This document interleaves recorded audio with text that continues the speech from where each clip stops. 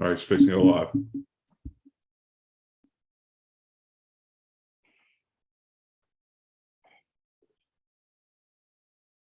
Good evening. It's Matt Mosley with Big Pig Energy on the Arkansas Sports Network.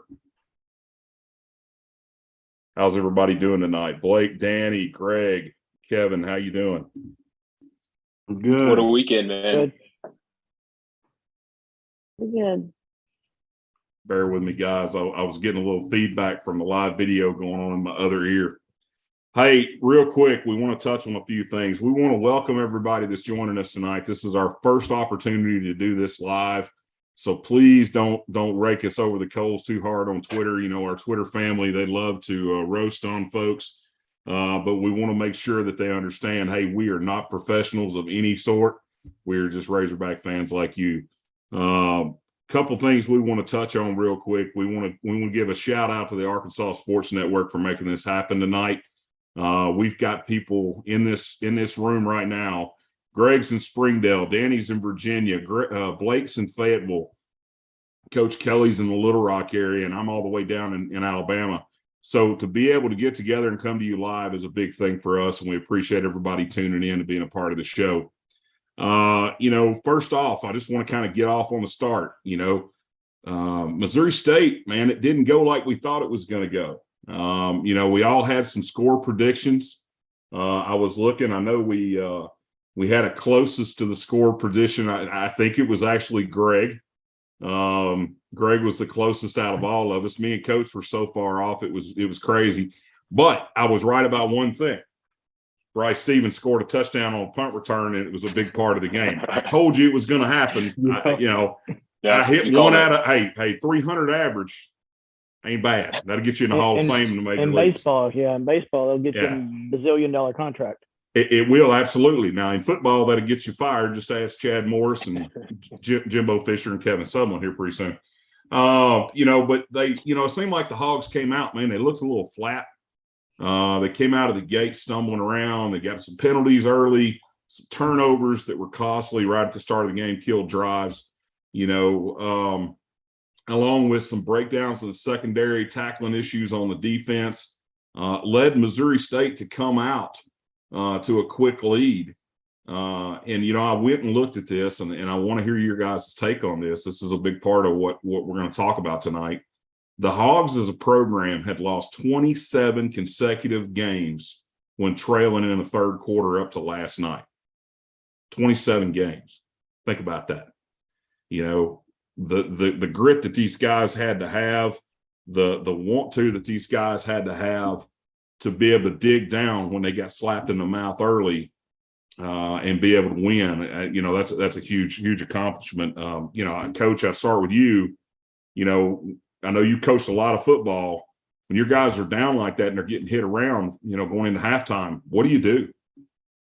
Well, you go back in and, everybody talks about resetting, but you got to decide if it's your game plan that was wrong and you got to really make some major adjustments, or if it's just, a lack of execution that you feel like you can fix in the second half by calling the same stuff on both sides. And, I don't think that we made a lot of, I think it was the latter. I don't think we made a lot of halftime adjustments. I think we just said, hey, look, we're not executing. We're getting some penalties that are putting us in some weird situations. We're dropping the ball. We know we were executing and we fumbled the ball. So there's two ways to look at that. And I think that I don't think it was a bad game plan. I think they just had to execute the one that they had and weren't doing that very well. No, you're absolutely right. And something else that I noticed, Coach Pittman's the first coach since Lou Holtz to win his first 7 non-conference games as a Razorback head coach. That's a big accomplishment. The one thing that I saw last night, and I want to get your guys' take on this, they turned up the pressure. I think we finished the game with 8 sacks. How great is it, guys? And I want to start with Danny, and we'll go to Greg and then Blake and then Coach. How great is it to see a Hog defense be able to get after the quarterback and get 8 sacks? That was one of the biggest parts of the game, in my opinion. And I was actually going to bring that up either now or later on. But so far this season, Drew Sanders, he leads the SEC with 6 sacks. And then second place with that is Dominic. He has 4 on the season now. So the fact that Arkansas is, the top two right there. And then Williams, he's tied for third. I can't remember who with, but just the fact that it's 1, 2, 3 right down the line. I am hyped to see it as a Razorback fan, but Greg. I mean, just going off what Danny said, I mean, like, it's amazing to see, like, just us rushing the quarterback. I mean, there's been years where it's been tough for us to, like, get to the quarterback and, like, apply pressure. But this year it's been amazing, like, to see, like, us getting to the quarterback. Like, Drew Sanders has been amazing so far this year. I mean, this is just amazing. And a quick note before Blake speaks, we're leading the nation in sacks as a team right now. Yep. I mean, we got 17 sacks as a team 3 games in, and to me, that's a huge accomplishment as a guy that loves to see defensive linemen and linebackers get involved. Don't we have 2 of the top 5 sack leaders? We absolutely do. Sanders is second in the nation in sacks. Dominic's tied for 6th. We have 4 of the top 20. Alabama right. has 1. That's right. I mean, that kind of tells you all that you need to know right there. That's when I saw that earlier, that stood out. I just think it's fun. I think that we have depth now along the defensive line. I think it's starting to show what type of pressure we can get, how consistently we can do it, what kind of will we can impose. And we haven't had that ability before now. So just from a depth perspective. So I think it's huge.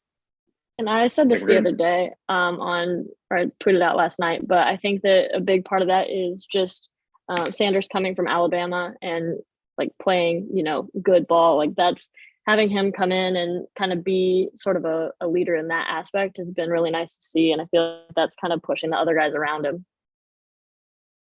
Do you think it's because he was a disagree. 5-star Alabama though? Like, do you think like him being a 5-star, like coming from Alabama and then transferring to Arkansas, is that why he's having so much success like here?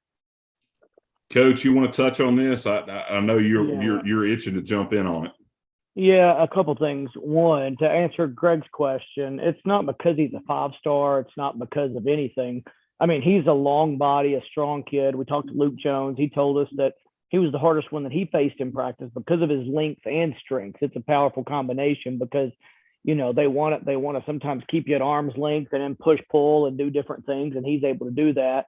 I think he learned some things down at Bama, but I think our coaches they know that once he passes his guy, he's also the fastest one of that group to get there. It's different between, if Dominic gets past his guy or if Sanders gets past his guy, Sanders is going to be there first. So they're scheming it up to make it where Sanders has a better chance also. And that's, so it's partially scheme, partially his ability, but everybody likes to see pressure, this, that, the other. I like pressure because I'm a numbers guy. And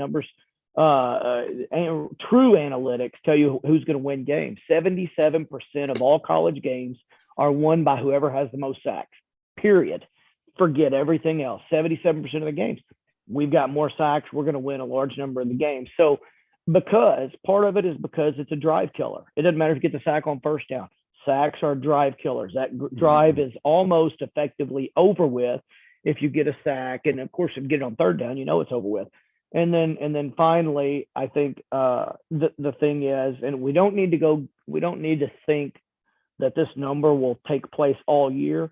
And what I mean by that is we've been in a situation, we've been up on Cincinnati, we've been up on South Carolina where they had to throw it way more than they wanted to throw it and then that they had in any other game. And we got up on Missouri State there at the end, and they were throwing at the beginning because that's what Petrino does. So we also have more opportunities to get sacks. Now, the good thing is we've come through with that. Next week with Max Johnson playing, I don't think Texas A&M, for instance, is going to throw the ball that much. They didn't last night against Miami. If they do, it's going to be quick. I think his average depth of throw was like 5 yards last night. And so he's going to get the ball out quick. So we can't just rely on sacks to win games. But now, don't get me wrong. Again, I think it's one of the most important things you do on defense. But the number's going to come down a little bit. We're going to regress to the mean a little bit. And we don't need to get upset about that. It's just part of the nature of what's going to happen because these games are going to get tougher and teams aren't going to have to throw it 50 times a game against us as well. Well, and Coach, to that point, I mean, at the beginning of the season, our fan base was really concerned about what the front line and the linebackers were going to be able to do in the rush game. I mean, that was the focus of everybody's worry and concern on the defensive side of the football was, can we pressure the quarterback? Can we get after and stop the run? I'm sitting there looking at the numbers and, I think we're sitting at average right at 68 yards against us a game right now through 3 games. I mean, South Carolina abandoned the run. For all intents and purposes, Missouri State abandoned it late yesterday. Cincinnati got away from it toward the end of the game when the score started getting a little out of whack. But, I think the concerns about what the front part of the defense, barring injury, of course, knock on wood, the impact plays by Bumper Pool, Drew Sanders, Pooh Paul, Landon Jackson, Jordan Dominic. I think it's really given some comfort to Razorback fans that we don't have to worry about that part of the defense. And that brings me to my next point. Hashtag bend don't break. Arkansas is in the top 10 in rushing defense nationally right now. I think they've allowed 205 yards on the ground through 3 games, 68 and a third, 68 and a half yards a game. Opponents are averaging around 27 points a game, but our secondary is abysmal, statistically speaking, right now. They've allowed almost 1,060 yards passing through the air over 3 games, averaging 352.7. Coach, and I'm a fan. I'm talking about this from a fan's perspective. I feel like at some point this is going to get us beat if the secondary play doesn't improve. Yeah, I mean, for sure it is. And, we've talked a little bit about how Cincinnati missed a couple of open guys. I'm not saying they would have beat us, but it changes the game. Mm-hmm. Spencer Rattler missed a couple of wide open guys that people don't notice because they just see it fall incomplete and think, okay, good, and stuff like that. But yeah, it's got to improve. And I'm sure our coaches are worried about that. They know we've got an undefeated season right now. We've got a good chance to accomplish some of the goals they want. They're looking and finding out what's wrong, and we've got to fix it. And I think the answer, I've always thought the answer, I'm aggressive. I'm I'm not scared of what's going to happen when you try something. So, I hope that we keep dialing up blitzes and getting those sacks. That helps the secondary more than anything.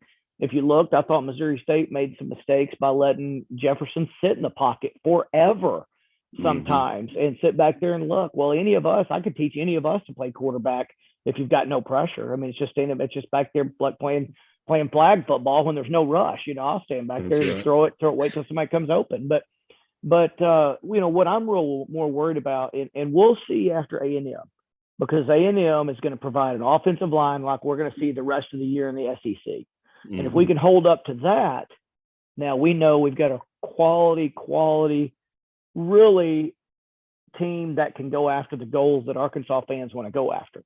So I think that's going to be an answer. But then secondary wise, I think we'll have a chance to get some confidence against A&M. They're not going to try to throw the ball all over the place. I think it's going to be up to that front 7 that we were worried about coming into the season that you're talking about. We're not as worried about now. Their first real test, in my opinion, is going to be against A&M, because I think A&M is going to hold the ball.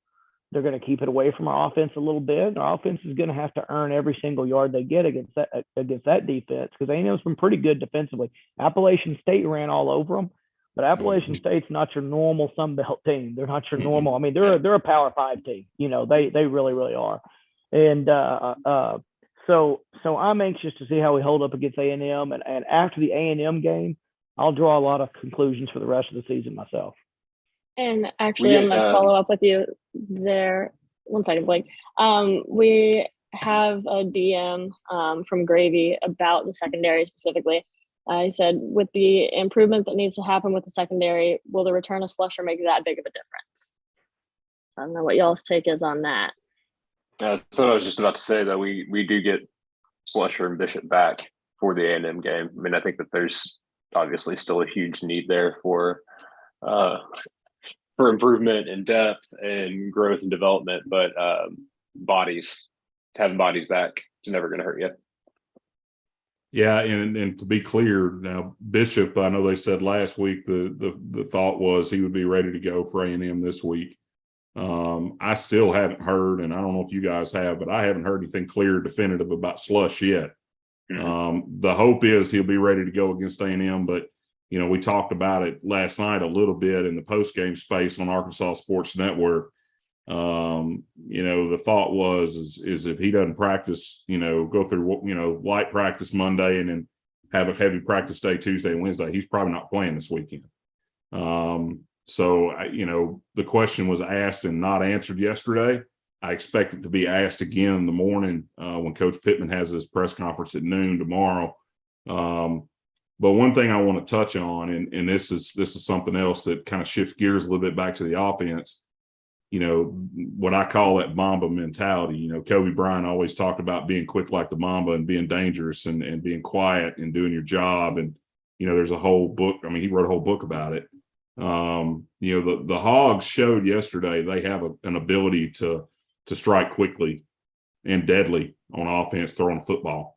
Something we had all been asking, when are they going to open this up? When are they going to start throwing it? The worry of the wide receiver position, I think it's quite why it's not gone away.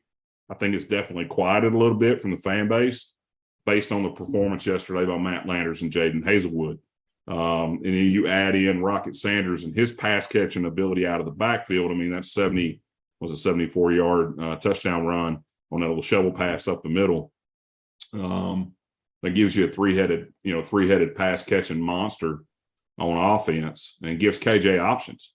They had 21 points, unanswered points in the fourth quarter, closed that game out. That was the difference. I mean, that and Bryce Stevens, and I keep saying that because I said it and it was going to happen and I spoke it into existence and it worked. But those two things, I mean, I think that was the thing that turned the tide for us to be able to win that ball game last night.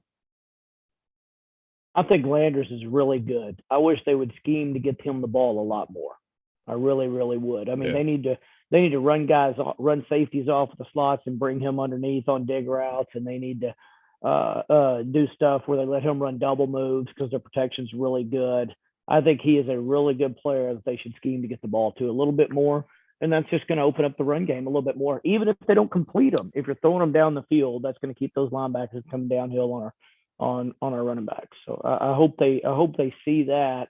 They may have some questions coming in, but man, I hope they see that because I think he's really, really good. Yeah, you're Anybody right. That was able to watch the game on TV get a read on Trey Knox yesterday. It was quiet. I didn't really see much from him. Well, that's what made a big catch like, at the why end. don't we throw to why didn't we throw to Trey Knox more than we did yesterday? Like, Coach, you have some why didn't we do that? Well, I think it's the way they were playing us.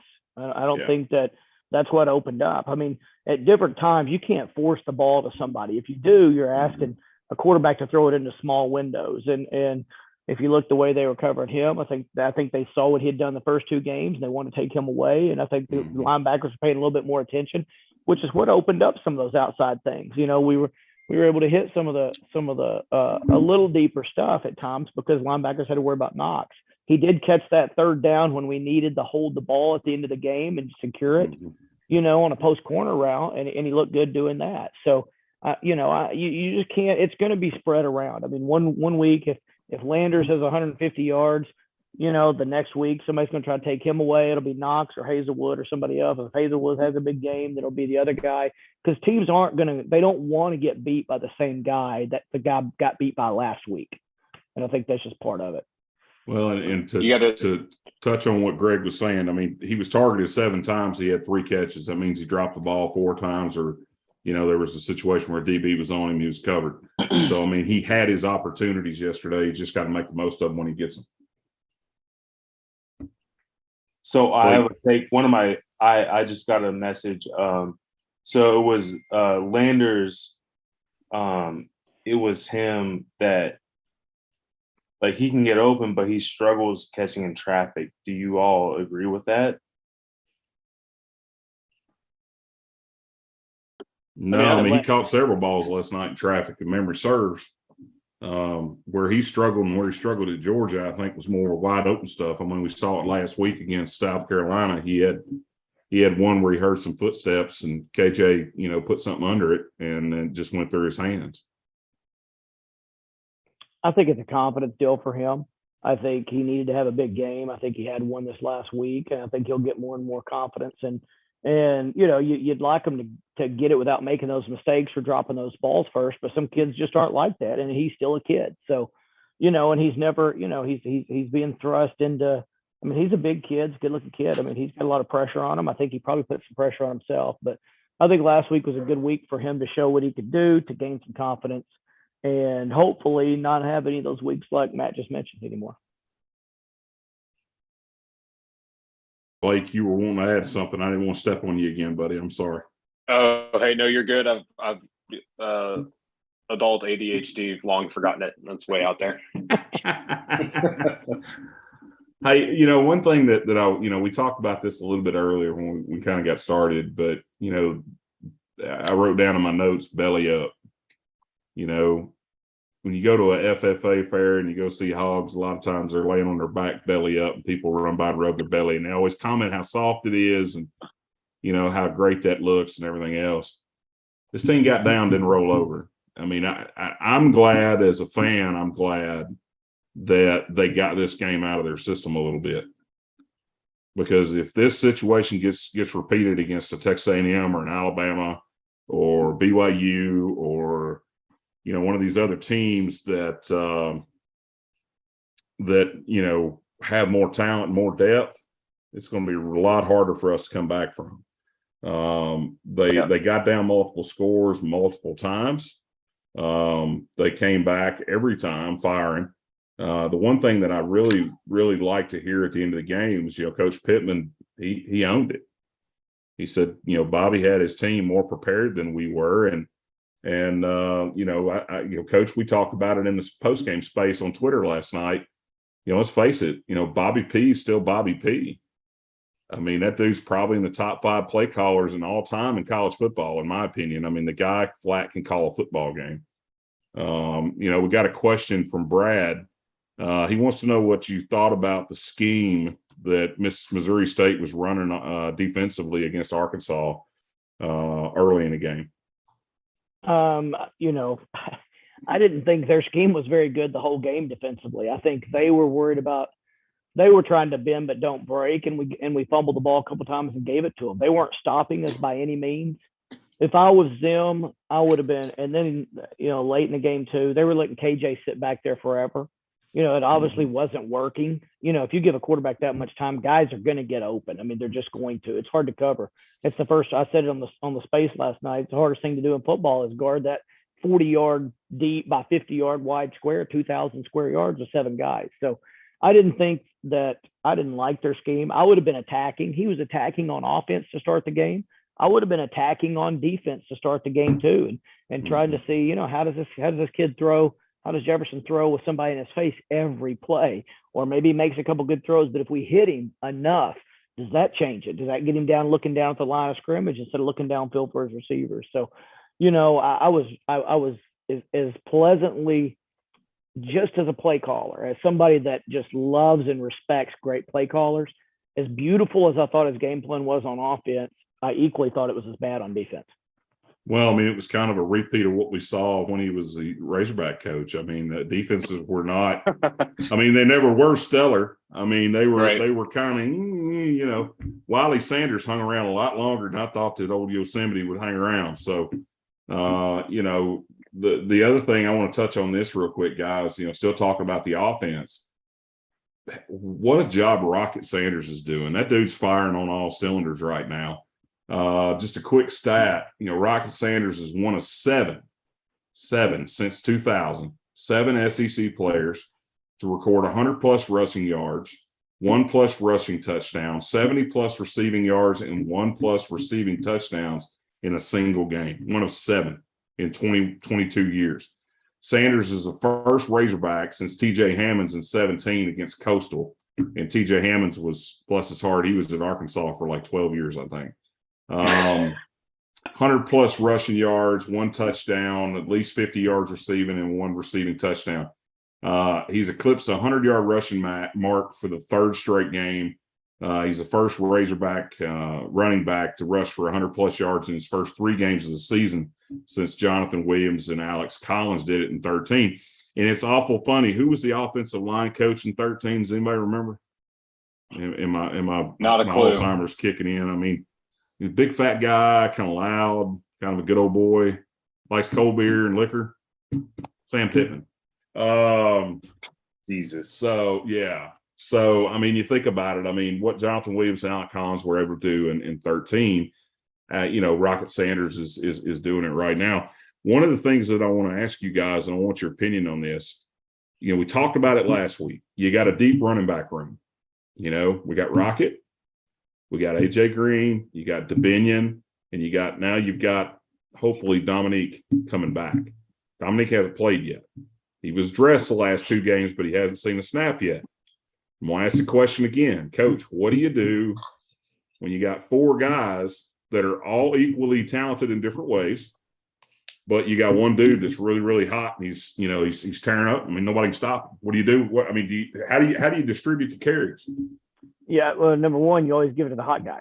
I mean, I was probably too much that when I was calling plays, if I had a guy that was hot, I'd run him till he had cramped up, or whatever. You give it to that guy, because what that means is right then he's seeing things well. He's got confidence. He's not hesitating. He sees a gap and he attacks it. And that's what Rocket Sanders is doing right now with everything we give him. I mean, he saw a hole after he got the little shovel pass and boom, he hits it and goes. He's not the fastest guy in the world. We hear his name Rocket and we think he's a 4.3 kid. He's not that, but he reminds me, and of course I'm watching Green Bay play right now, but he reminds me of Aaron Jones for the Packers. He's just fast enough, but he cuts well. He just cuts well. He's just above average at everything he does. And I don't know how you could even justify giving him less carries right now than he's getting. We're winning. Isn't that what this is all about? And we're supposed to be winning games, and hopefully those other kids that aren't getting the ball right now, hopefully they're like, okay, hey, we're winning. I'd like to get it in play, but we're winning. Hopefully they're not begging for carries. I don't mind if they are, as long as they're doing it with respect and have a great attitude still when they're not getting in. One thing that I want to see is a little rotation. Brady Martin asked us on YouTube, he says start Rocket, then rotate constantly with everyone to keep the strength and speed of the running game up, keep guys fresh. I'm like Coach though too. If I got a guy that's getting 5.5, 6 yards a carry, I'm going to feed that dude till the wheels fall off. That tells me 2 things. The offensive line's getting pushed, and he's seeing the lanes and seeing the seams really, really, really well. His vision's awesome. Another question, this is kind of it's a rhetorical question, but you guys can kick in here if you want to. The national media has been asking for weeks, can KJ Jefferson make the passes? Can he throw? What do you think? Can KJ throw, Danny? Can he throw? Yeah, of course. KJ Jefferson is my president. I think that he could do anything. Every time I see people just dogging on him that are Arkansas fans or just of the media, it's just annoying at this point. Like he's shown that he can do it, but everybody still chooses to, doubt him and question all these things. If they would just simply watch instead of just assuming because we're Arkansas, then that would do wonders for everything. Hey, shout out Casey Smith with Barstool. She still didn't respond. I know she got tagged in last week's episode. Hey, y'all make sure to tag Casey. Tell her to come find me in Dallas next week. I'd love to sit down and have a conversation with her about KJ Jefferson and his ability to throw the football. Y'all wanted conflicting views early. We talked about conflicting views. The jury's still out on whether he can throw under pressure or not. That facts. He's not had to do that. And against South Carolina a couple times, he threw the ball 2-3 yards behind a skinny post or a slant or whatever when he had a guy coming at him. And, the pressure is defined in analytical term as somebody that's within 3 feet of him when he throws the football. And so, in my opinion, the jury's still out. Can he throw the ball when there's no pressure? Yes, he's shown that. But I could show you, 130 Division I quarterbacks that can throw the ball when there's no pressure. I'm anxious to see when he's under pressure how he can do in that stead. But So the jury's still out in my mind as far as can he throw it under pressure. Yeah, he can throw it when he's sitting there and has all day, and I hope he can. I don't have any reason to think he can't, except for I saw him miss some pretty easy throws when he had a little baby bit of pressure against South Carolina. So now y'all can argue with me about that a little bit, but that's just a different perspective. No, absolutely. That's what it's all about, Coach. I just don't think that there's going to be that many teams that are going to be able to get through our offensive line consistently enough to be able to answer that question this season. I mean, we don't play Georgia. No, but we play Texas A&M, and they've got some grown men. They do, Coach. But I mean, when you look at, we're going to get into A&M here in a minute, and I don't want to spoil it, but when I looked at the numbers, like on paper, and what I watched in the 3 games of theirs they played so far, I'm not as afraid of them as I would be of an Alabama or a Georgia right now.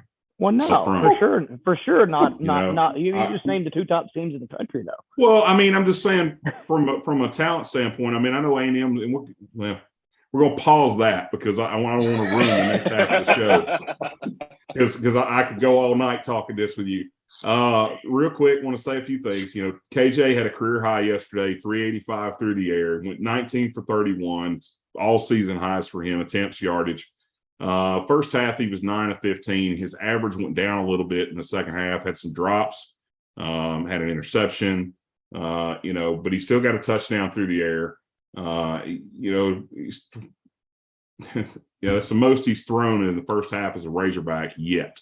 I mean, that's the first chance he's had to really open it up. Yeah, Greg. If KJ throws over 300 yards for the rest of the season, do you see us losing? He's not going to throw for over 300 yards for the rest of the season. Yeah, I don't see that. You don't think so, Coach? No. Just no way that's going to happen.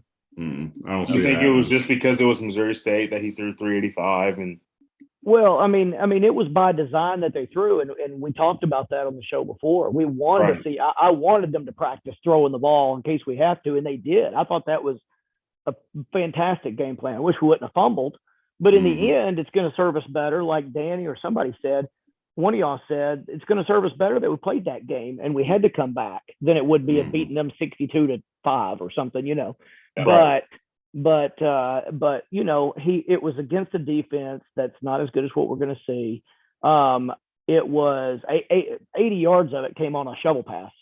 So, those up the stat. Yeah, I mean, that upped the stats a little bit, but he did a great job. He didn't have any pressure, but he did a great job with what he had to work with. I mean, we don't want to switch it around and make him be under pressure and prove it to us by any stretch. And I hope y'all are right. I'm just, the jury was out on can he do it under pressure, but that all said, I thought the game plan was fantastic to have him throw the ball. You spoke into existence the punt return. I don't know if I spoke into existence. The game plan should be to have him throw while we don't have to give him practice. But they sure did that, and I was extremely pleased with that.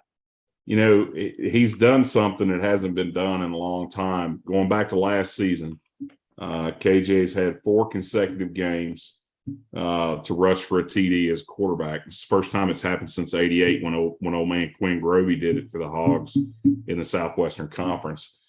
He's also thrown for a TD and rushed for a TD in every game this year. Last year in the A&M game, we saw KJ, I know got a little dinged up, got a little injured, but he really took over that game last year. That's the first time I saw him really become the guy under center. Like he put the team on his back a little bit and he was getting in there, sticking his nose in the pile, was driving the pile, doing things. So, I look for him. I'm hoping that we can use this game as the next step in his progression as a quarterback. I know I saw some people, his Heisman stats. No, they're not. Not yet. He ain't there yet. No, Rockets are closer. Rocket looks really good right now. I'm not going to lie. I was having flashbacks seeing number 5 running up the gut and splitting the middle. It was really cool to see. Special teams. I called it last week. I said Bryce Stevens was going to do it. He showed up in a big way last night. 82-yard punt return for a touchdown. Had another one. I think it was a 40 or 45-yard gain early in the game. Unfortunately, got called back on a holding penalty. But I want to give a shout out to the freshman, Sam Mbake, you know, brand new kid from Georgia, 19 years old, gets a huge block on a gunner to break Stevens loose last night. Without that block, he doesn't get the touchdown. But it was the first TD return for a touchdown since last year. Nathan Perotti did it against UAPB. I hope that we continue to see things like this in the punt return game. So I think it's going to be a big part of what we're going to do going forward. Real quick, I want to get to Danny. But before we do that, I want to say one thing. If you're watching this on YouTube tonight, man, tweet at us, send us a DM. We want to hear your questions. That's what this is all about. It's Razorback fans, you know, communicating back and forth. We just happen to be on a podcast doing it with you live on YouTube tonight. Make sure you tweet at AR Sports Net on Twitter. You can also find us at Arkansas Sports Network on Facebook. Follow us, like us, tweet at us.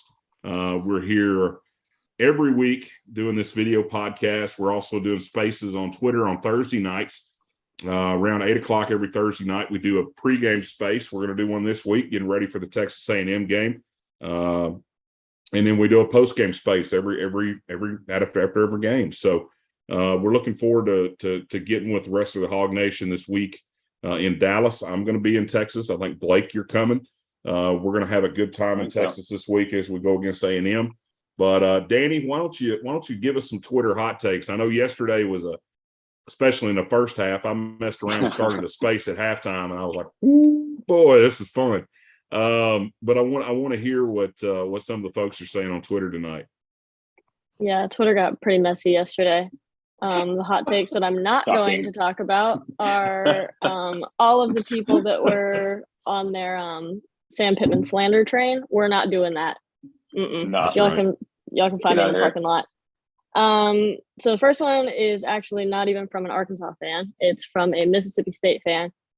Josh Alligator Dog said that if we didn't have Rocket Sanders, we'd lose that game by 30 or more. So I thought that was a very hot take. And he should go back to watching Mississippi State only. Wait a minute. Didn't Mississippi State have a ball game yesterday? Yeah. And I can't remember what happened in it. Did they get beat down by a bunch of people that smell like corn dogs and flop sweat? I thought that's what happened. I could be wrong. Yeah. I could be wrong. I think that did happen. Yeah. I could be wrong. I mean, I think it was like 31-16. Like, you know, I said last week that Mike Leach, you know, you can't look him straight on because he's always looking in the corners trying to find somebody eating a donut or playing Galaga. So, you know, stick with what you know, and that's raising cows down in Starkville. Go ahead, Dan. Yeah. Girl, bye. All right, on to the next one. Isaac Gunslinger 7298 said, since it's such a whack year in college football, he thinks that Georgia gets upset by someone, which leaves the East open for Kentucky, and Arkansas wins the West. Said that several other conferences have complete weird seasons and thinks that the playoffs are going to be Arkansas, Penn State, Ohio State, and UNC, which was also a very, very bold take. Yeah. Caleb, yeah, we gotta talk after the show, Danny, about the people that you're associating with. Danny, where are you finding this? Dude, I tweeted it out and I asked people's hot takes on the game and on the season, and this is what I got. It was either this or it was stuff that was just being repetitive that I knew we were already going to talk about on the show. That guy was drinking a lot. Coach said, "Put down the bottle." He even responded to himself and he said, "I know that this is a stretch, but this is what I'm thinking." That's not a stretch. That's the next galaxy over. For real. Not even the same hemisphere. Kentucky's going to beat Georgia. Ain't no way in hell. No. Nope. Next one is Caleb Awesome Hog One said his hot take was that occasionally the hog call can take away from the energy after a big play in the stadium. That instead of just going crazy after something happens and just switching straight to the hog call, it sometimes knocks the energy down a little bit, which I thought was I've not heard that from anybody. So it was kind of a crazy one. How old is Caleb? Does he say? Is he 12, 14? No, he's not 12. He's not 12. He's grown. Is he under 24? I have not asked him his age, but he has a beard, so I imagine maybe I had a beard when I was 14, Danny. That don't mean nothing. I did too, Matt. But That was an doesn't mean anything. egregious thing. I'm not gonna lie. I mean, I dated a couple girls in high school that had light Oh, my God. beards. So, you know, being in Alabama, you just Hold never know on, what you're Matt, gonna what? run into. Uh, We're not going to get into my personal What? life. Matt's telling out on here yourselves. exposing Just telling on himself. yourselves. What? Yeah. It's all this good. Is, It's all good. this is the last one. Well, Go last ahead. one more. This one is Rick Infay said, we win 59-24 yesterday if it wasn't for 3 bad plays. And then somebody responded to him, 6/21 said, they might not even get to 24 without the turnovers giving them momentum. So I thought that was a pretty good one. Sure. Awesome. Danny, thanks. Blake, I know you had a fun week in Fayetteville this week. There was a lot of good things going on. I know the volleyball team was in action. Give us your Razorback recap. Yeah, but first, I want to. It kind of leads into this. What I will say about a hog call losing momentum in smaller sports with smaller crowds, there is nothing more painful to me than a hog call that goes way too long, because there's no direction to it, seemingly. Experienced that a little bit at a couple of the smaller events that I've been to recently. So anyway, that leads me straight into giving another shout out to Arkansas Razorback volleyball. Great time this weekend, or great this last week, going to see them knock off. I think they actually ended up being number 7, Georgia Tech, but we're just going to call it number 5 because it sounds better. A lot of fun, really great atmosphere. I know that they even had an even bigger crowd at the game on Friday. Just an incredible amount of fun. Joe Gillen, if you guys make it out there, if you catch one of the games on TV, she's incredibly fun to watch. Kills it. They are next up. They start conference play on Wednesday at LSU. Soccer kind of stumbled a little bit out of the conference gate. They lost to Mississippi State, unfortunately, to our friends down there. Lost that 2-0. They are going to be playing at Auburn on Thursday. That's their next road adventure. Shout out to Hunter Yurachek for getting the seat backs and cup holders. Strikes again. Just knows exactly what the fans want and fans need there at the soccer field. Other than that, we've got tennis kind of kicking off.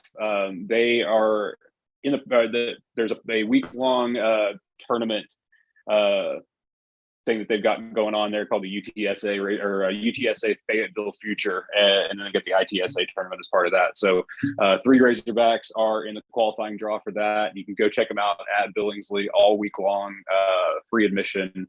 If you're looking for something to do, go check out the tennis stuff going on. And that's about all we got going on. It's kind of a slower week. Awesome.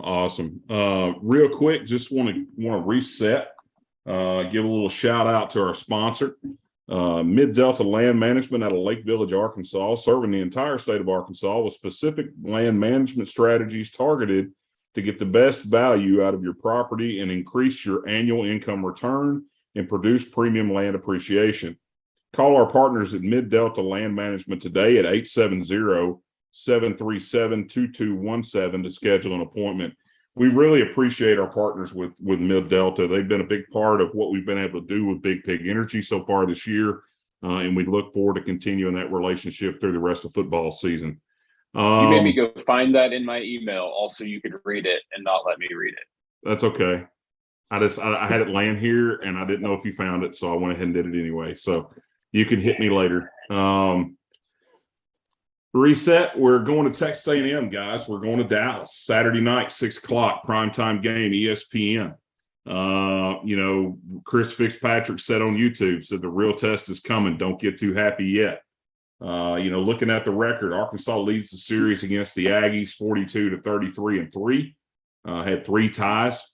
The Hogs reversed that curse, that 9-year span of desert time, that Sahara desert of Aggie football that we had to suffer through, multiple overtimes where we would have games just snatched out of our paws of our hand for one reason or another. Beating the Aggies last year in Dallas 20-10. Just kind of give you guys so if you haven't watched and don't know what's going on with Texas A&M right now, they played Miami last night, came out winner 17-9, did not look what I considered look great. I mean, they looked efficient. They didn't look great. Coming off that shocking home loss to App State down in College Station the week before, 17-14. They also had 4 players suspended last week. Starting wide receiver Evan Stewart, he's second on the team in catches. The guy's a good ball player. He's a goer. DB, I think he's a freshman or maybe a sophomore, Denver, and I've nicknamed him Hotfoot Harris. Got caught doing some drag racing inside of a shopping mall or a parking deck somewhere in Texas. And then Dayon Bowie and Chris Marshall, another receiver or another DB and receiver. And old Jumbo refused to comment past saying the suspensions were due to violations of team rules. Notice I said Jumbo. I refused to call him by his Christian name. Hotfoot didn't get caught. He posted it on the Instagram internet live. Yeah, not the smartest thing in the world. You think an Aggie would be smarter than that, but I might be giving him a little credit. Max Johnson, we've seen him before. He's the new starting quarterback at A&M. He took over for Haynes King. He went 10 for 20 yesterday with 140 yards and a touchdown. He had 7 rushes for 23 yards. I think, based on what I read, what I saw, Coach, and you may want to step in here and comment, but the idea of swapping quarterbacks to me looked like it was to eliminate mistakes at the quarterback position that were going on with Haynes King. Well, it sure wasn't to make more yards. I was looking at something coming in. Texas A&M, and this is why I'm saying our defense, it will really prove something to me this week. Texas A&M had 186 total yards against App State. 186 total offensive yards. That's terrible. I mean, that is absolutely horrendous to do against App State. Troy, who played them yesterday, App State, had double that amount. Okay. Now fast forward and you go, okay, they put in Max Johnson. And I think you're right, Matt. It was to eliminate mistakes because they ended up with a stunning 260 yards of total offense. I think we had that in the second half by itself, probably a little, probably maybe fourth quarter. But they threw the ball a little further down the field with Max. He averaged 7 yards per attempt. Don't go by completions because you got to go by attempt or else, you'll complete 3 balls for 45 yards out of 20 and think you did well. But I think they did it because he's going to run the offense better. I think the kids probably follow him better. I think, maybe they had some team division or something like that and needed to make that change leadership wise too, and maybe does make less mistakes. And, but overall, they're not very good on offense. They have some fast, good skill guys, but they're not very good at design and scheme how to get them the ball. And if they had 260 on Miami and 180 on App State, if we're the kind of defense that we think we are, they ought to have 220 on us, And so if they go ramrod us for 400 yards, then we've really got to take a look at who we think we are and start working the game a little bit differently. No, yeah, absolutely. Jimbo Fisher's able to pick apart our secondary with that offense that he runs or walks. If they pick apart our secondary, that's what I'm saying. We're in real trouble when they ban somebody like that. Yeah, because they're terrible on offense right now. A&M's terrible. Well, and Coach, to your point, I mean, they're offensively they're bad. I mean, where does it start? I mean, from what I'm seeing and watching on tape, I see the same mistakes I saw last year in the Arkansas game on offensive line for A&M. The same mental mistakes. The same. I mean, it's like I saw yesterday. It was clearly supposed to be in pass pro in the left guards going into run block. Like he didn't understand the call, and you go back and you go back and look at Jumbo, and I swear I'm not calling him by his real name. I just won't do it. You go back and look at Fisher's track record at Florida State the same way. After Winston was gone, that next year they really struggled on the offensive line to be able to protect the quarterback, be able to establish the run. They couldn't do some things that they had done the year before, and they really fell off. And I think that was part of the reason he wanted to get out of Tallahassee, because I don't think he would have lasted another season. I know he's got a huge buyout in College Station. I want to say it's somewhere in the neighborhood of 78 to 86 million, depending on who you talk to, which is insane for a buyout for a college coach. They had a bright spot. They had a bright spot yesterday. Devin, and I can't remember. I don't know how to pronounce his last name. Almost Achane or Ashane. I don't know how you Achane. He ran for 88 yards on 18 carries and had to go ahead TD to put him up. Give him the 17 going into the end of the game early in the third quarter. They're extremely limited offensively due to some of the mistakes from the quarterback position, the offensive line play. They're averaging on the ground, I think, right at 107 yards. Throwing the ball, I think they're averaging 208. The passing game, to me, based on what the front seven is able to do, I think if they can get home and Coach Odom will dial the pressure up early and keep it, I think we got a chance for the defense to have a really good day and eat. Because Max Johnson's not what you would call fleet of foot. I mean, he's quick, but he's not Johnny Manziel back there. No. This guy's he's not going to pull it down and try to run it like KJ does. A-Chain's worked us the last couple years, and the combination of him and when they had Weidermeyer, Jimbo Fisher's offense with a standout tight end is effective.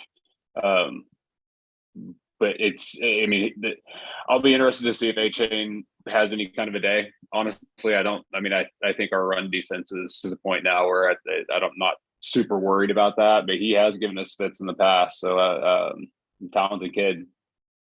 Well, and looking at that, looking at their defense, they gave up 175 yards rushing last night to Miami, and Miami hasn't really been known. Now, they're not the Miami of old, to where they had these just super duper stupendous running backs that were just running down people and just abusing and embarrassing people. 175 yards on 36 carries. I think they were averaging 4.9 yards a carry. And I'll be honest with you, as good as offensive line coach as Mario Cristobal is, he still doesn't have all his dudes at Miami yet. Cristobal is a dang good offensive line coach. He was at Alabama with Saban for a pretty good while and does a very, very good job coaching the offensive line, similar to what Sam does. That's his thing. He was an offensive lineman back at the U, back playing for Jimmy Johnson back in the 80s. So he understands the importance of a strong offensive line. Miami had 392 yards of offense against Texas A&M. They just couldn't put the ball in the end zone. That's plain simple truth of it. They couldn't get the ball across the goal line last night. Hey, it almost seems to me. Oh yeah, go for it, Greg. Okay, I was going to say, so we had 600 yards of offense yesterday. Do you guys think that next week versus A&M, like coach for you, like Matt, Blake, Danny, do you think that we will have a huge offensive surge versus A&M like we did against Missouri State?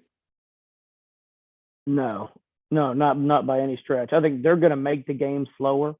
I think that's going to take away the number of plays. I think there's a lot of things to it, but we were playing an FCS team. They had some good guys on offense that they got in, but defensively, they were an FCS crew, and we were supposed to line up and dominate them.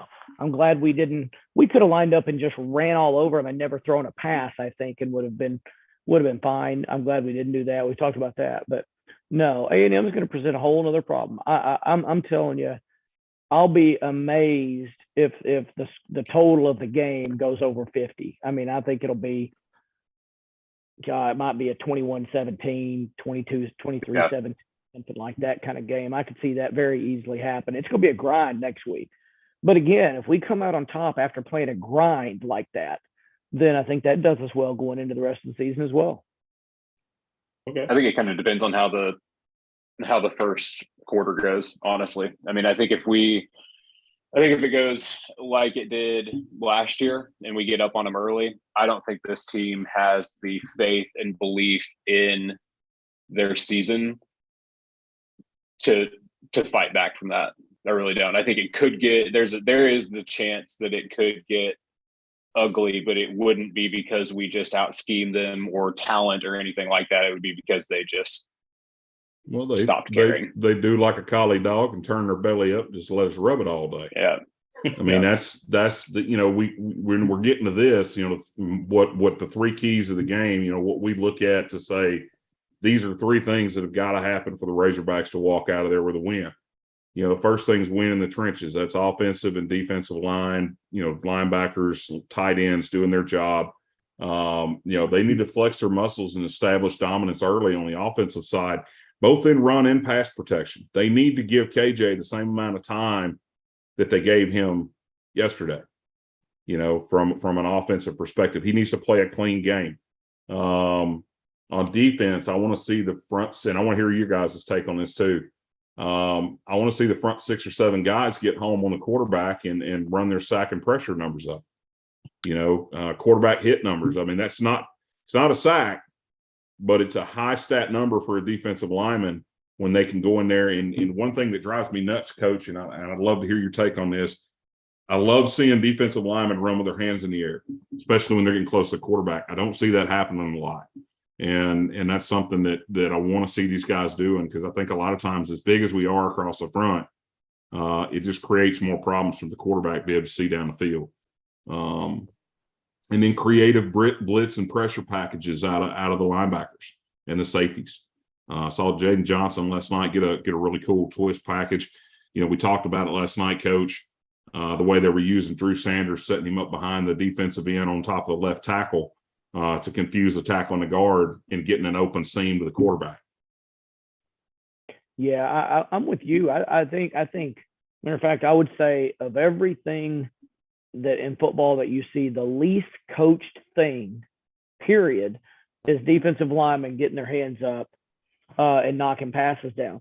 Think about it. A knocking a pass down at the line of scrimmage is the same as a safety making a perfect diving play where he knocks it down. Everybody's oohing and on.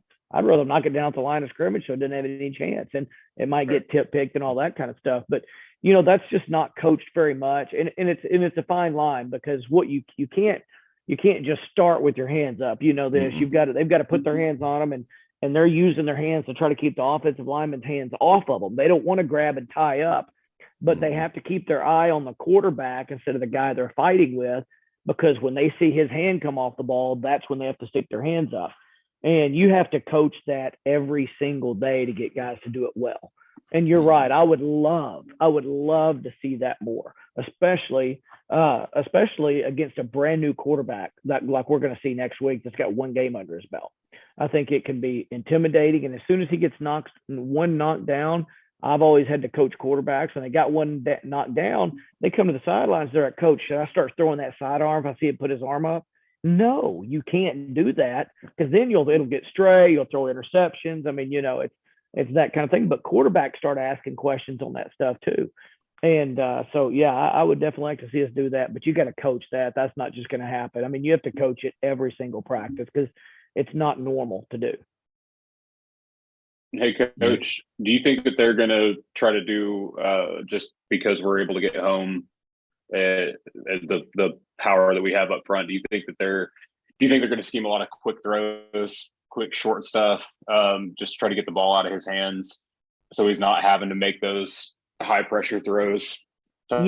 I do think they will. I think primarily because we've got a lot of sacks, primarily also because they've got a new quarterback. I mean, you've got to get him to make a good pre-snap read, see what he probably thinks is going to be open based on how we're aligned, and get the ball out of his hands quickly. Now, the good and the bad part about that is it's hard to sustain a drive if you're only throwing the ball 5 yards down the field.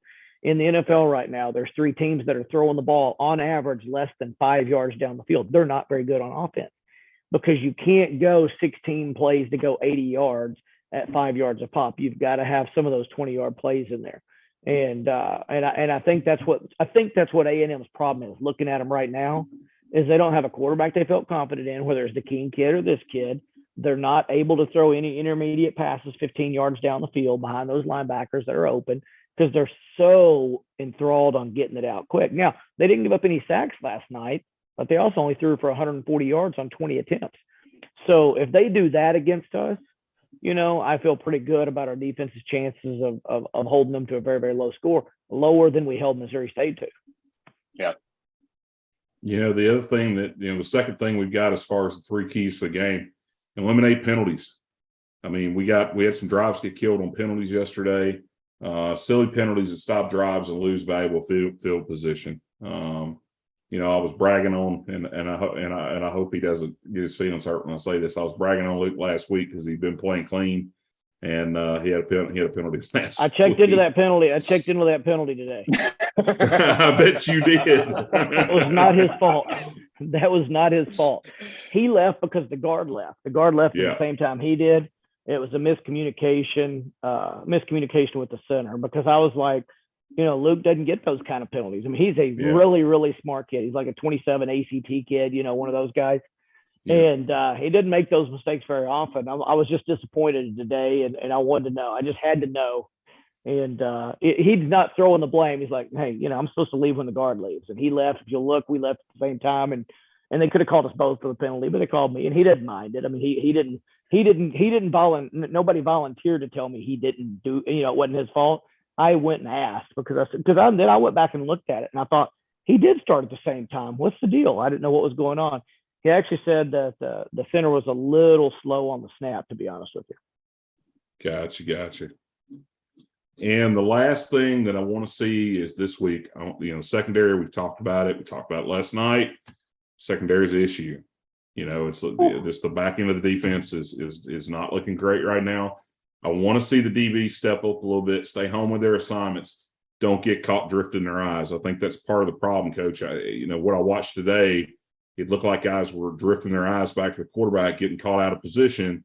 The way Barry Odom has coached this defense in the past, and 2 years ago, everybody said, oh, he's a genius. He kept everything in front of them, and then they would swarm to the football. They kind of got away from that a little bit. I'm not seeing as much swarm to the football as I've seen in the last year and a half out of this defense. I want to see that this week against A&M. I want to see them really attacking the football as soon as it gets caught and wrapping up, making tackles. Arm tackles are not going to get it done. You got to wrap up. We teach it from 6 years old all the way up to guys who are playing in the pros. We talked about it last night. In practice, especially at that level and the professional level, they don't do a whole lot of tackling in practice anymore. From a player protection and concussion, this, that, and the other. So those are things that we want to see. Real quick, just kind of reset. We're going to be done here in just a minute. I know we're running a little bit past 10 o'clock. We know it's getting late. We don't want to stay up too long, but I want to review where we're at for our Coach Kelly's weekly pick'em win-loss records right now. We got a 3-way tie for first. Blake, Coach, and Greg are all 15-6 on the season, and me and Miss Daney, I told her I was going to call her Daney tonight, are 14. Shout out Paul Swinbaum. I know Gus is watching. Shout out Gus. Me and Miss Daney are 14-7. I got absolutely waxed last week. Had a couple of picks that just did not go my way. I really thought I had them nailed down. The only thing that I picked right was Bryce Stevens running. I'm going to say it again because I got it right. But the games this week, we got some conference games. We got a couple that are out of conference, but I think they're all going to be fun games to keep up with. The Battle of the Tigers on the Plains. We got Mizzou going down to Auburn. Auburn's a 7-point favorite at home after just an absolute mollywop beat down from Penn State. I mean, that was most of my Auburn friends. If y'all are watching, I'm sorry. I didn't call y'all out of respect, but trust me, tomorrow the phone's going to be ringing. Y'all need to pick it up when Sasquatch calls. Auburn's a 7-point favorite at home. Over and under is 52. I'm going to start with Miss Daney. Then I'll go to Blake, then Greg, then Coach, then me. And I just want to know who you're picking this week for that game. I'm picking Mizzou. Oh, stop it. How dare you? What is wrong with you? What? Hey, y'all roast her. If you notice on the screen, that little @ sign, that's her Twitter handle. Yeah, roast the crap out of her this week. I would like to point out that I thought that I was doing great last week because I picked A&M and y'all yelled at me for that. And what was yelled the at me other too. one? I was with you, A&M Danny. too. I was with you, Danny. Yeah. On What are that. you talking about? No, all my picks last week, every time I talked, y'all were like, oh no, you need help. Ooh. So you know what? I'm not listening to you this week. Blake, Mizzou, Auburn. Man, Auburn for sure. Mizzou just looks bad. Yeah. Elia is not looking good in the Columbia right now. Greg. Auburn by 2 touchdowns. That's strong. I don't know that there's going to be 2 extra touchdowns in that game. Coach. Both those teams suck. They're both Tigers, so I wish somebody would put them in the case. I mean, they do. They both suck, and I really am. I'm a big fan of the coach from Mizzou. I'm not so much a fan of the coach from Auburn. He and I got into a yelling match one time, so I'm not a big fan of his. But I do think Auburn's going to win. You got Auburn winning?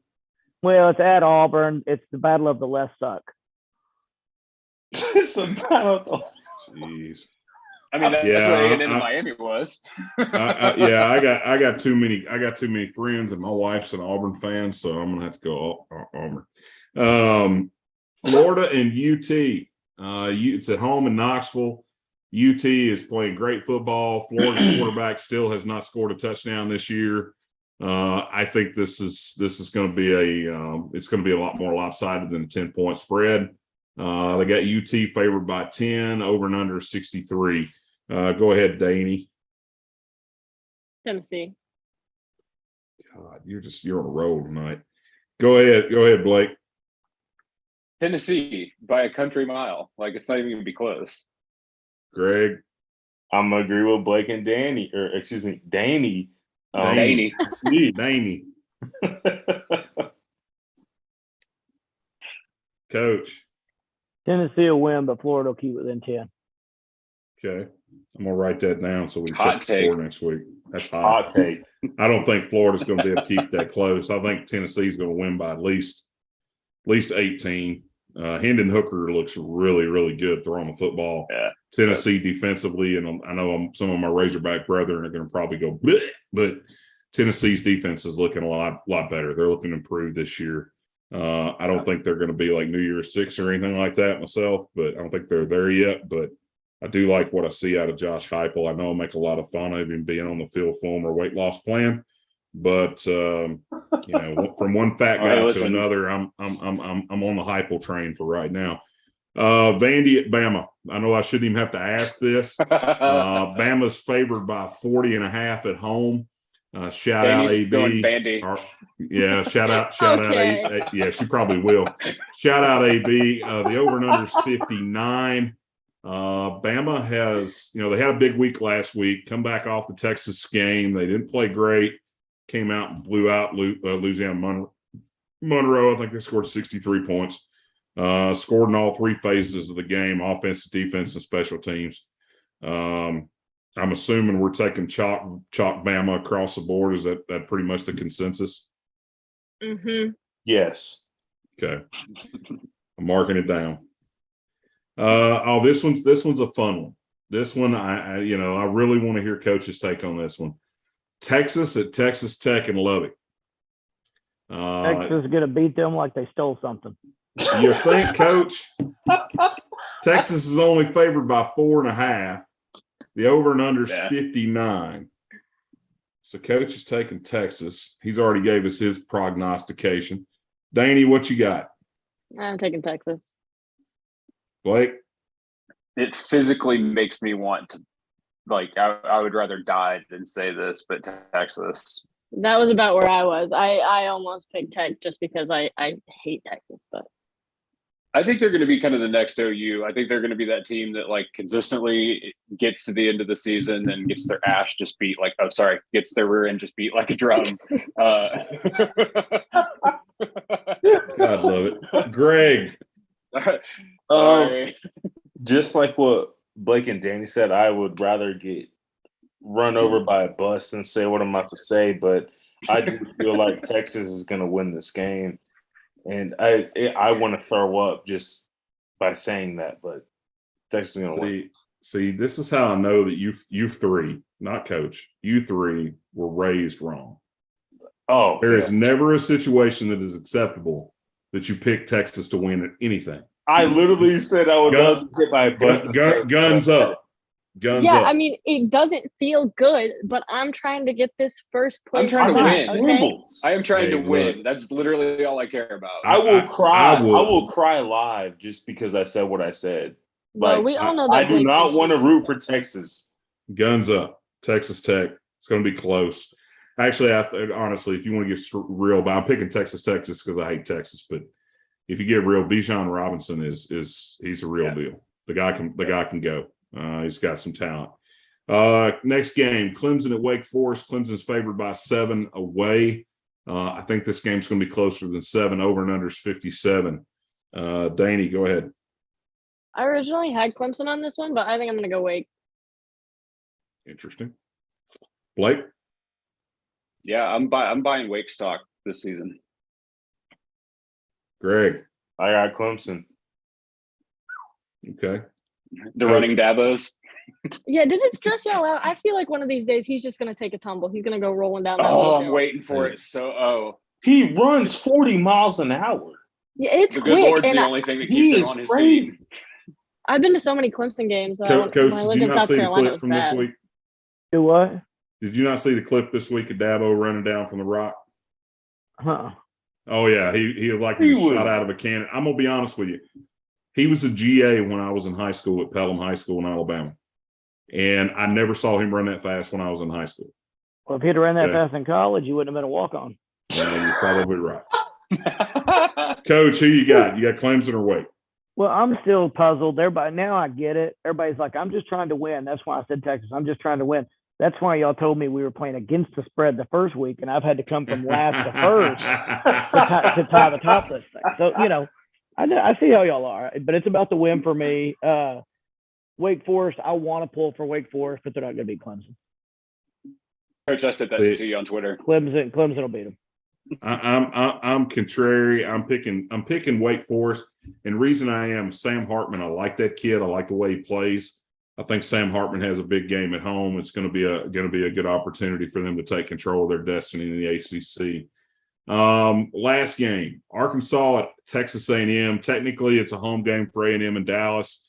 Kickoffs at 6:00 on ESPN. Aggies are favored by 2.5 as of now, with the over under of 48. I looked at the money line. I think the money line for Arkansas was like -125. I think they're trying to get the Razorback folks to really hammer the money line. Danny, what do you got? I mean, I'm picking Arkansas all the way. What's the line on it? 2.5. Blake, Arkansas. Are we doing score predictions? we are. Danny, what's Danny, the what final was score? yours? Oh, yeah, my score prediction. 27-17. Okay. Blake? Arkansas 42-7. They scored garbage one in the fourth quarter. 42-7, really? Yeah, Whoa. I'm going with it, man. I think That's- Texas A&M's done Whoa. for. I think Jimbo's a joke. I think his offense sucks. Like, I think that this is the year that it just man, I think we're gonna come out. I think we're gonna get ahead of them early, and it's just gonna be a stomp. That's strong. That's very, very strong. Greg?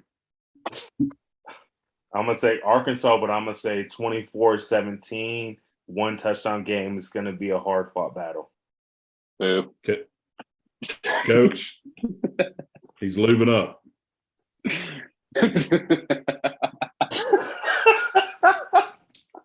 Got to get the vocal cords ready to go.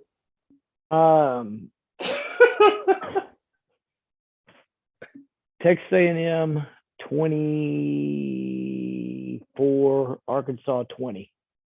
Oh, Stop it. what? Stop it right now. Oh, if we lose this game, we're going 6-6. Arkansas's got Alabama up the next week. I don't think I'm worried about I'm just worried about our pass defense. I know this isn't the team to throw it on us, but they do have some guys that can burn. And if I'm them, I say, Max, for 10 times this game, we're going to run a guy fast as we can down the field. You just heave it as far as you can and see what happens. That's what I would do. There's 2 free touchdowns if they do that. If they don't, Jimbo Fisher sucks even worse than I think he does now, which is why we should beat them. And we should. I think we should be. I just think this is a prime letdown game for us because the talk about A&M is they suck. And we've got Bama on deck. Who doesn't want Bama on deck? And you can't help but think about them a little bit. I don't think Sam and the coaches will want us to think about it. I don't think they're promoting us thinking about it by any stretch. But the kids think if I go play Bama and show out, this helps my draft stock or whatever their pipe dreams are about the NFL. And I know they all think like that. I've heard about everybody in the locker room and what everybody's talking about and things like that. And Sam's good at giving them the focus, but I think this week we have we could easily win the game. Don't get me wrong. I think we should, but I think we might get beat, and I'm going to guess 24-20. And strategically, it's the best thing for me to do is pick against the rest of you guys because I'd get +1 for sure. And I think there's a good enough chance for me to get that to pick them over what y'all did. I think you're right on the money if we blow out Missouri State Saturday. I think we might have been caught looking ahead to Bama. I'm hoping that what happened Saturday was a wake up call, and we don't. Kids don't wake up that easy. I'm just telling you. I'm gonna be honest. This is where I'm at. I'm picking the Hogs. You'll pick the Hogs every game this year, won't you? Let's just get that out. I probably will not. There will be 1 or 2 games that I will not pick the Hogs. Okay, I just wondered. I'm going to tell you why I'm picking the Hogs. I think our offensive line is way better than what Texas A&M's got across on the defensive line. I think we're going to average somewhere between 4.5 and 6 yards a carry. I think KJ is going to be heavily involved in the run game. I look for him to have somewhere between 75 and 90 yards on the ground. That's how we can win the game, in my opinion. That it's controlling the clock. I mean, it's keeping Texas A&M's offense off the field and just like we did last year. The key is going to be keeping KJ clean, and that's him not taking some unnecessary shots behind the line of scrimmage. The offensive line is going to have to do work. This is going to be the test to see if the offensive line is what I think they are, and I think this offensive line group has got the opportunity to be elite if they can go out and do what I think they're capable of doing. It's Luke Jones's 4th game as a starter at tackle. Bo Limmer, a couple of those other guys are in the 20s and 30s. I want to see a cleaner game out of Dalton Wagner on the right side, especially in pass pro. A couple of times he got caught. He didn't get caught, but he should have. He's hanging on a little too long on the ends, coming around the edge. But I think this game's going to be one in the trenches. I think it's going to be offensive and defensive. I want to see Drew Sanders. I think Drew Sanders is going to kill Max. I think Max Johnson's in for a long night. I'm not as aggressive as Blake. I am picking the Hogs 30-15. And the 15's how they're going to get 15, I couldn't tell you, but I'm picking them 30-15. I have the sneaking suspicion something weird's going to happen because it happens every time we play A&M. Something weird happens. Not every time. For the last 15 years, every time we played the Aggies, something crazy's happened. It's either been really, really tight and we've gone to overtime, or it's been a blowout one way or the other. And we've lost more than we've won against them. So I'm picking the Hogs this week. Guys, I appreciate you being here with us tonight live. And it's the first time we've done it live. We hope to get some feedback from the people that are watching, people that are going to watch this later on YouTube. We appreciate our sponsors. Arkansas Sports Network give us the opportunity to get together and do this every week. We just want to thank Brad Caldwell and the crew over at ASN. We also want to give a shout out to our sponsor, Mid-Delta Land Management, one more time. They're out of Lake Village, Arkansas, serving the entire state of Arkansas with specific land management strategies targeted to get the best value out of your property and increase your annual income return and produce premium land appreciation. Call our partners at Mid-Delta Land Management today at 870-737-2217 to schedule an appointment. Guys, I look forward to doing this with you again next week. Don't know if we're going to be live yet or not. We might not. But we appreciate everybody that tuned in, and we'll look forward to seeing you guys again soon. Keep in mind, we will have a Thursday night space at 8:00. The crew will all be there. We're going to talk the A&M game. And we're looking forward to doing that with you on Thursday. Hopefully, if everything goes right, I will be doing a live post-game space from Jerry World in Dallas Saturday night. Hopefully, I'll be in good enough shape we can do that. Looking forward to having a great time. Looking forward to having a great time in Dallas this weekend. But guys, hey, I appreciate you. Y'all have a great night. Team, I appreciate y'all. Appreciate all the hard work and you being here with us tonight. Everybody have a great evening and go Hogs.